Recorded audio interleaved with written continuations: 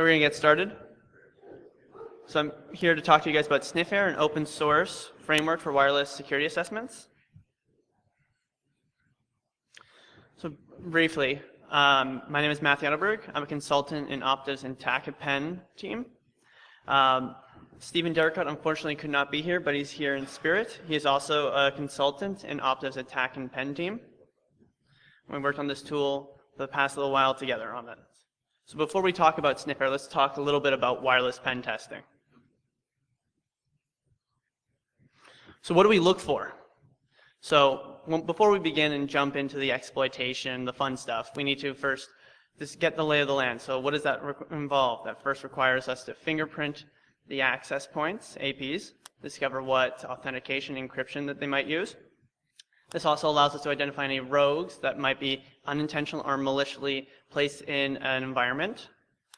We also will then look at the traffic between clients and access points to see if there's any misconfigurations or insecure connections that we can exploit.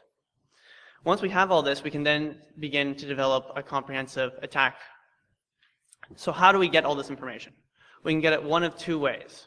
We can do it passively by sniffing and seeing what traffic is out there, or we can do it actively by forcing clients to be disconnected by sending DOF packets, causing them to restart the whole communication authentication process. So the first set of packets that we look at are called beacon frames. Beacon frames are sent out by access points, basically announcing their presence to everything in the area. These packets often contain the MAC address, which is the physical address of the device, the SSID, which is the name of the wireless network they're associated with, as well as information pertaining to the encryption, the channel they sit on, and the authentication methods. We then look at probes. There are two types of probes. Probe requests, and these are sent by the client devices looking for access points that they previously connected to. So it'll be like, hey, is X in this area? Is Y in this area? These packets will look for and contain what we care about is the SSID of all the client networks that they've previously connected to, as well as their address, their MAC address. If they do not get a response, they move to the next channel and repeat the process. There are tons of these types of hello, is anyone out there packets. The next ones are probe response. These are sent by access points once they receive a probe request that contains the name of the network that they're associated with. Now, these packets are sent directly to the client, but they're also sent out to everyone. But they have the destination of the client, the SSID of the name, and all that other information about encryption, channel, and authentication types. And these packets are especially important when you're looking for hidden SSIDs. The last set is the authentication protocol, EAP. So this protocol, as I mentioned, handles the authentication for wireless. There's multiple different types of authentication EAPs, but most commonly the method is used by using a radius server to handle authentication instead of the access point itself.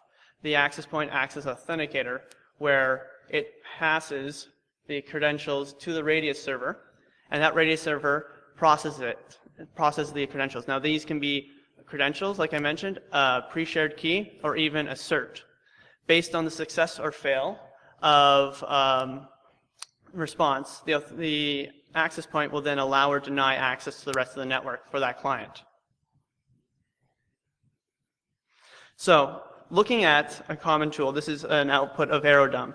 You can see the client's MAC address, the power. So what power denotes is how close you are. So the lower the value, the closer you are. And this helps determine which access points are in your area or might be 2 blocks down or in a building across the street. The channel, as I mentioned, there can be multiple different channels that an access point can sit on. The encryption, the cipher being used, what type of authentication type, the names of the SSID associated with it. They're also sometimes called ESSID depending on the tool. Below you can see the names of the SSIDs probed, as well as the address, and if they were connected. So if you look at this, it can be kind of convoluted, as it will be very hard to read. Oftentimes when you get a large sample, this will run right off the screen and you won't be able to see that bottom piece. As well, as we were building this tool, we discovered a lot of tools will discover automatically hidden networks, but they won't tell you that they're hidden. They'll just show you the name. There's no recording or a log or evidence of that, which makes it hard when you go and you do further analysis, or if you're looking to see if they're hidden networks. Oftentimes hidden networks force clients to send out more packets and probes announcing the presence of this access point, which can lead to some serious attacks. And we'll talk about that more in a little bit. So oftentimes, these are the common attacks attackers will use on wireless networks. These are not all of them, but these are the most common ones that we see and we look for. Now, when we get to how a network is set up, a wireless network, we often get posed with these three. These are the three most common we see clients use. Some sort of captive portal. This is oftentimes used on a guest network. So if you have vendors or anyone coming into your building, you have maybe BYOD devices. So this portal could be a set of credentials that are maybe shared each day. They change.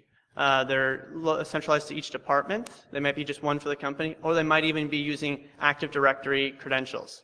So there are many different types of attacks we can use against them, and we will go into further detail. The second one is WPA2 or WPA pre-shared keys. So that was traditionally designed as an implementation for home networks, where one password, there's no username, it's a phrase, and using a cryptographic method, you encrypt it, the access point has to recreate the same thing. If they are both the same, you're allowed access. Most of the time, though, for the main corporate networks, we see a lot of clients using 802.1x. And there are different types of methods. As you can see, we oftentimes see EAP fast, which is being more adopted by Cisco using EAP chaining, where multiple types of authentications are being used. So it could be an EAP protocol and then maybe a Cisco VPN session that's pre-configured to automatically connect as a secondary. And they work in tandem. The second one is PEEP, which is protected EAP. Now, with protected EAP, there usually is a tunnel, a cryptographic tunnel to ensure that passwords are sent in a secure manner. EAP TLS does not use credentials at all. It uses certs. There are no credentials passed. And EAP TTLS is a combination of PEEP and EAP TLS, where both cert is used as well as authentication credentials. So what is SniffAir? SniffAir is an open source security wireless framework that we developed. Its primary purpose is to collect and manage and allow for the analyzation of large amounts of wireless traffic. So how does it work? You can either feed it data in real time using a live capture like AeroDump, or you can feed it offline captures that you previously have done. And what it does is, using our complex, comprehensive fingerprinting engine, we break down each packet into 4 types: access point, probe request, probe response, and enterprise packets. Once we've broken them down, we pull out the important information, like I discussed prior, from each packet, storing them in a database. Now, as I mentioned, there can be numerous amounts of the same types of packets, so we only care about the unique ones. And this also lends itself, as sometimes an access point can be broadcasting a certain set of authentication type, but actually support a second type, maybe as a failover or a misconfiguration. So I think I've talked enough about it, so let me just show you it. Sure. Pardon, I can't.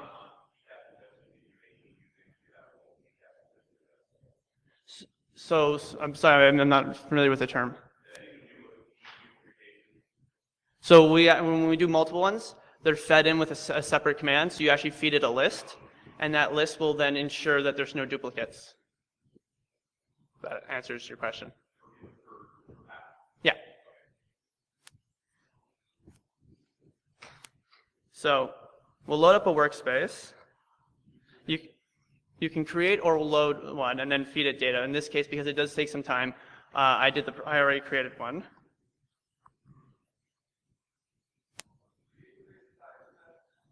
Sure. One sec.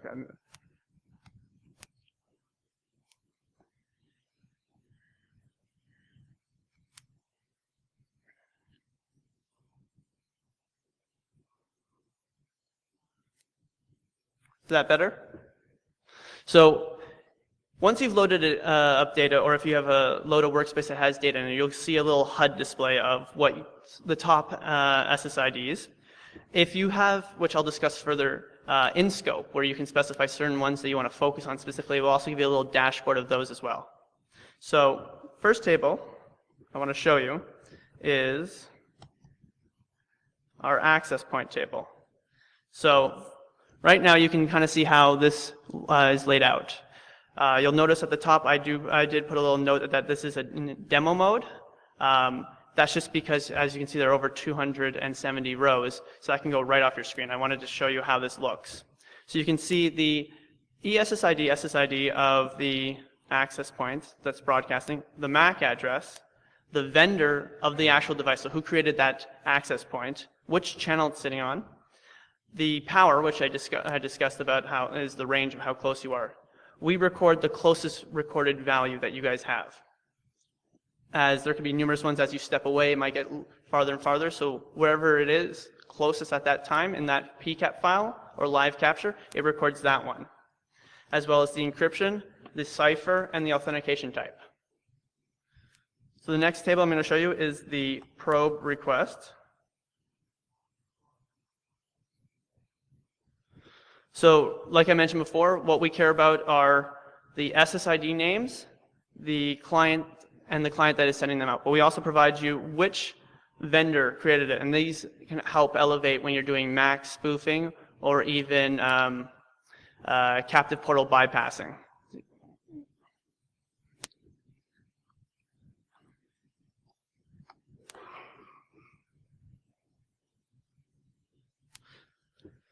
So this table is a probe response. These are all the probe responses that were recorded. And you can see the name of the SSID, the access point's MAC address, the vendor, the channel again, power, encryption, but you can also see which client it was sent to. Now these packets are sent out to everyone, but there's oftentimes a destination client. So you can now correlate between what client requested what name, wireless name, and did an access point respond with the proper information.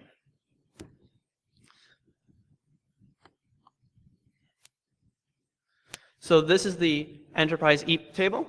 And why we look at this is because there's a systemic flaw with the protocol in that when credentials are sent, the username is sent before the tunnel is created, so they are sent in clear text. So that's something that we can use to our advantage as attackers to see and perform other attacks with. You can see the source as well as the username and which access point it went to. We also allow you the ability to look for things like show me all the SSIDs across all tables. And that's done by just simply saying show SSIDs. And that will give you a list of every single SSID recorded in both the access point table, the probe request, and the probe response. You can do that for vendor, encryption, authentication types. So as I mentioned, we also included what's called an in-scope field, in which you can take an SSID and set it as your in-scope. So those are the ones you want to focus on. Maybe you have a bunch that are out of scope and you don't want to see all the erroneous data for other ones. You just want to focus on the ones that you're here to test and assess. So you can do that by doing in-scope. Let's do, and you can do multiple ones. So let's do,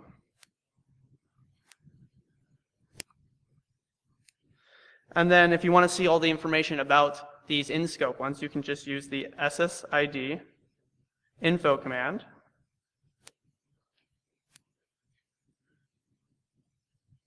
And you can see all the access points address, all the vendors, the channels, and the type of encryption associated with each in-scope SSID. Now, I mentioned before about the usefulness about hidden SSIDs. So we also have modules for both assessing and exploitation. So one of them is the hidden SSID module.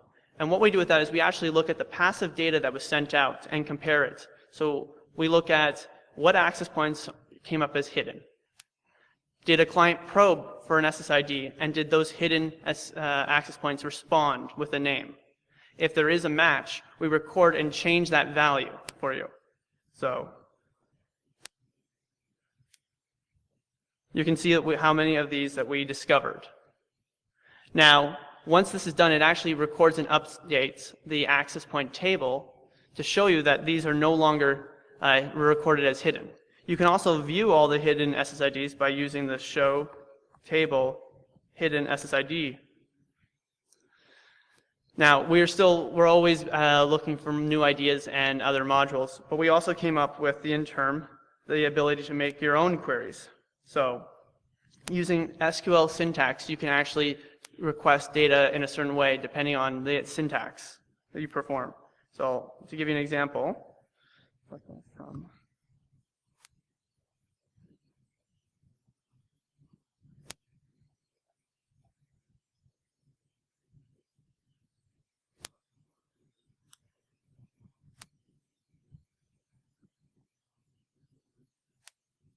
did not work. Let's type it out manually.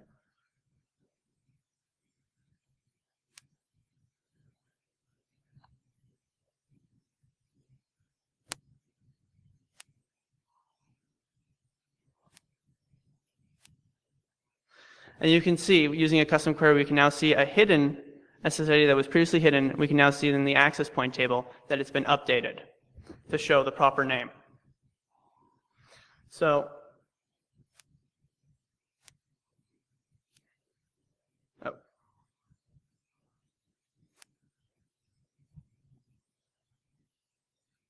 sorry.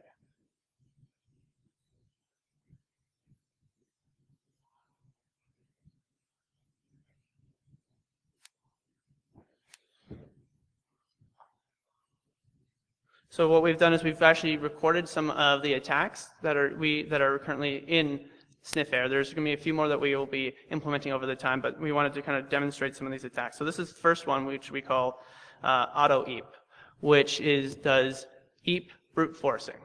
So based off the information that we have in the eep table, you can perform password guessing much like we do in common for networks and like web applications. We can do the same thing for enterprise networks based off the information.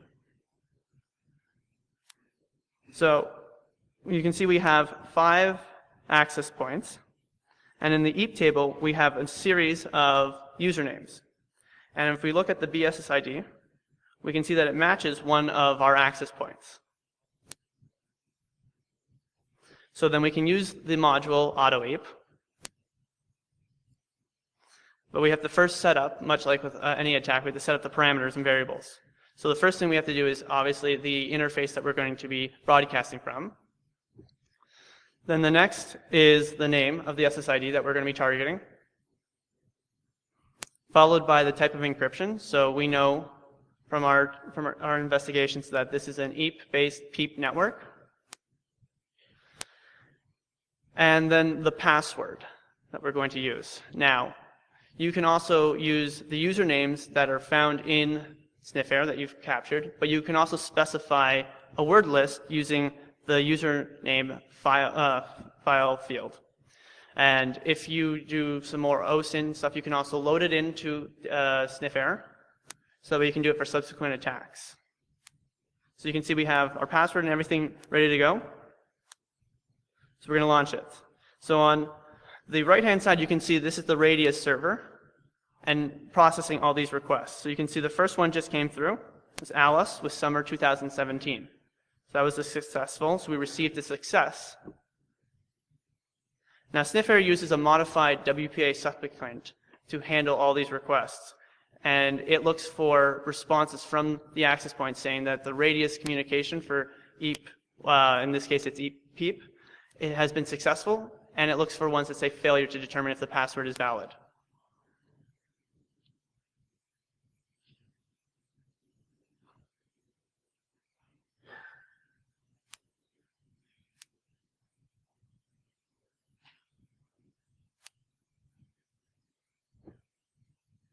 Once you've finished any attack, you can then check the results using our loot table, and you will see the results stored there, only the successful ones. So another attack we have, I mentioned about captive portals.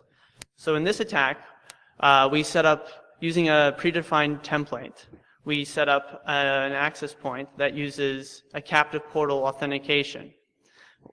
So what's great with this type of attack and how we constructed this is that with wireless, especially mobile devices and some Windows and OS X, depending on the version, once they connect, they are instantly prompted with a window to log in, making it look like it's been loaded by, say, Cisco, or excuse me, or by something else. So in the actual configuration, they're never prompted to have to go load up a web page manually. It's presented to them in a nice, neat fashion. It takes the convenience of having to try to struggle figuring it out.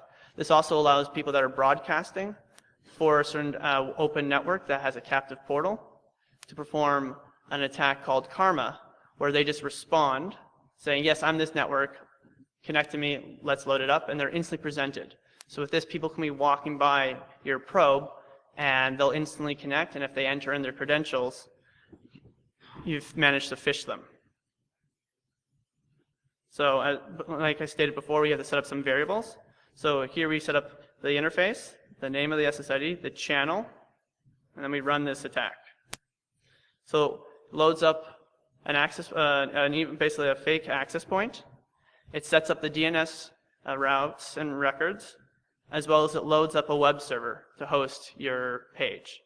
Now currently we only have a template for Cisco, but we are also adding ones for Outlook, webmail, and other ones. We're always looking for ideas, so if you guys have any, of course.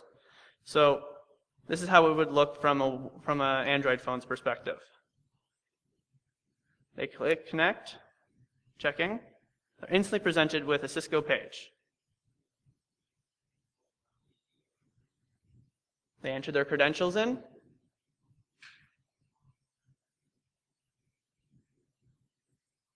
You can see the credentials there, as well as once you're finished, you can then see them in the table, the loot table as well.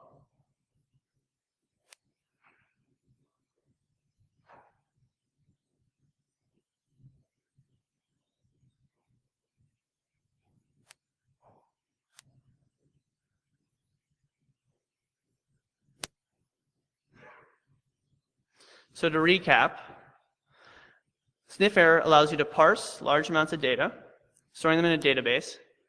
It performs queries to analyze this traffic, and you have modules to perform further analysis as well as exploitation of wireless networks and clients. We are looking to include more in future releases, specifically focusing on vulnerability assessments for additional analysis, as well as other attacks for pre-shared keys, GTC downgrade attacks, as well as post-exploitation modules looking at wireless segmentation, bypassing, can we see user traffic, can we make queries, that type of stuff.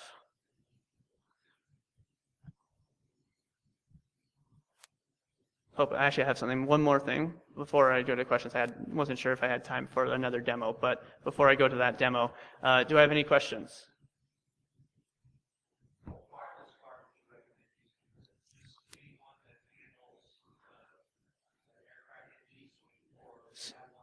So typically anyone that handles packet injection would be good. So there's a TP-Link, I think it's a WN722 something, as well as a lot of the alpha cards.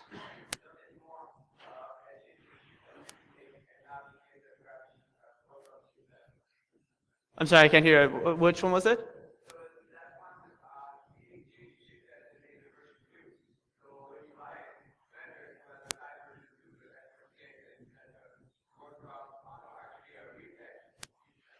Oh, I wasn't aware of that. Like I still use the old one from a couple of years ago, so that must have been a recent change. Yes.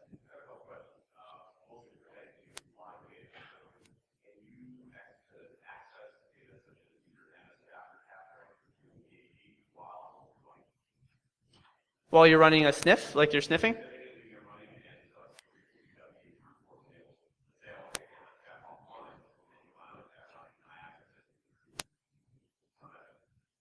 Yeah, you can. So if you want to, so just to confirm, your question is that can I take the attack offline? Can I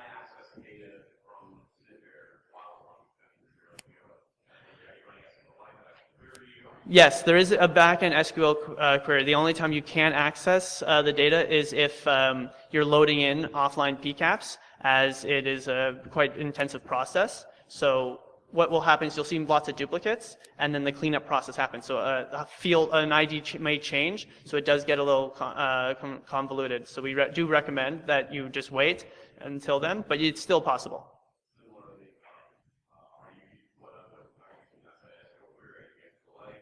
We're using SQLite 3 as our backend, with Scapy as a basis for our engine. Yes, so we do have a module. It's one of the ones that we recently added, which allows you to export all the data in all the tables, including the loot table. It's okay, it's okay. Pardon?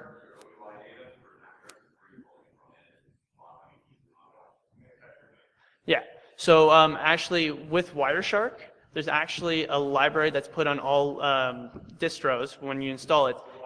Yeah.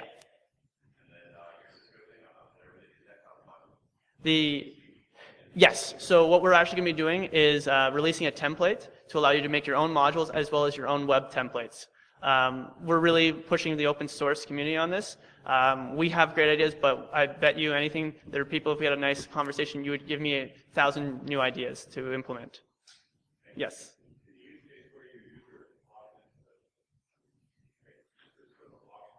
Yes.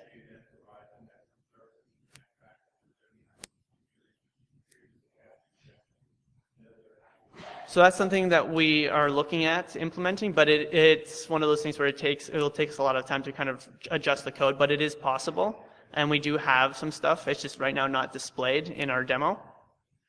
So you can actually then perform further, like our PostX, where you can sniff and man in the middle of the traffic, or SSL strip out the traffic to see the clear text communications.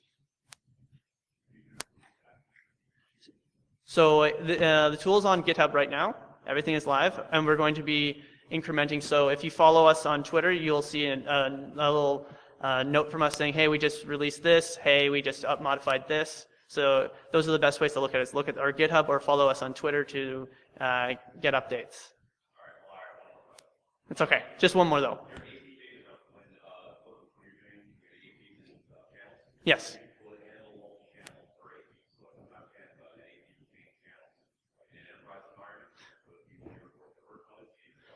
So it actually will report all of them, because when I said a little briefly at the beginning about unique strings, so it makes sure if each field is unique, like the same with the exception of the power, it will not record it. So if any of those fields change, even the authentication type, it will be logged. Do anyone have any more questions? So I have one last thing. I wasn't sure if I was going to get to it based on the time, but let's do a live demo.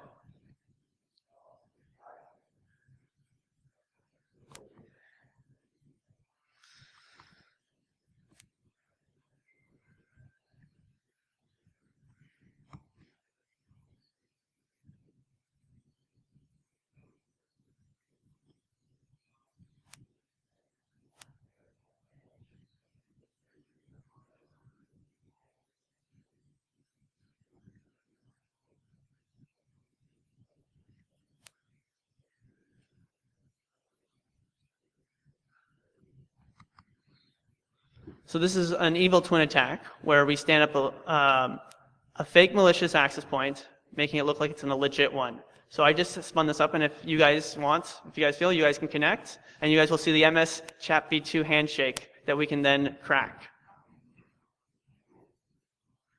We will be able to see the usernames in clear text, so keep that in mind when you guys are writing things in. Yes, please keep it PG. Yes.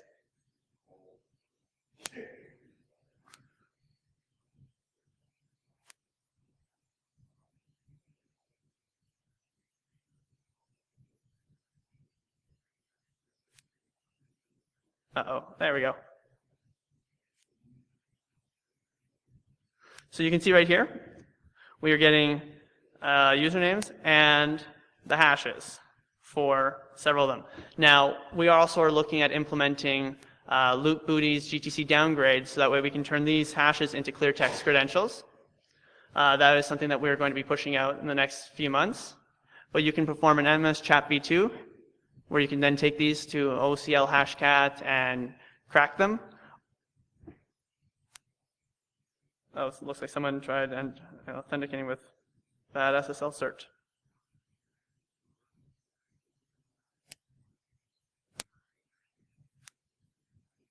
Do I have any other questions? Not a lot. I'm not willing to admit that. Anyway.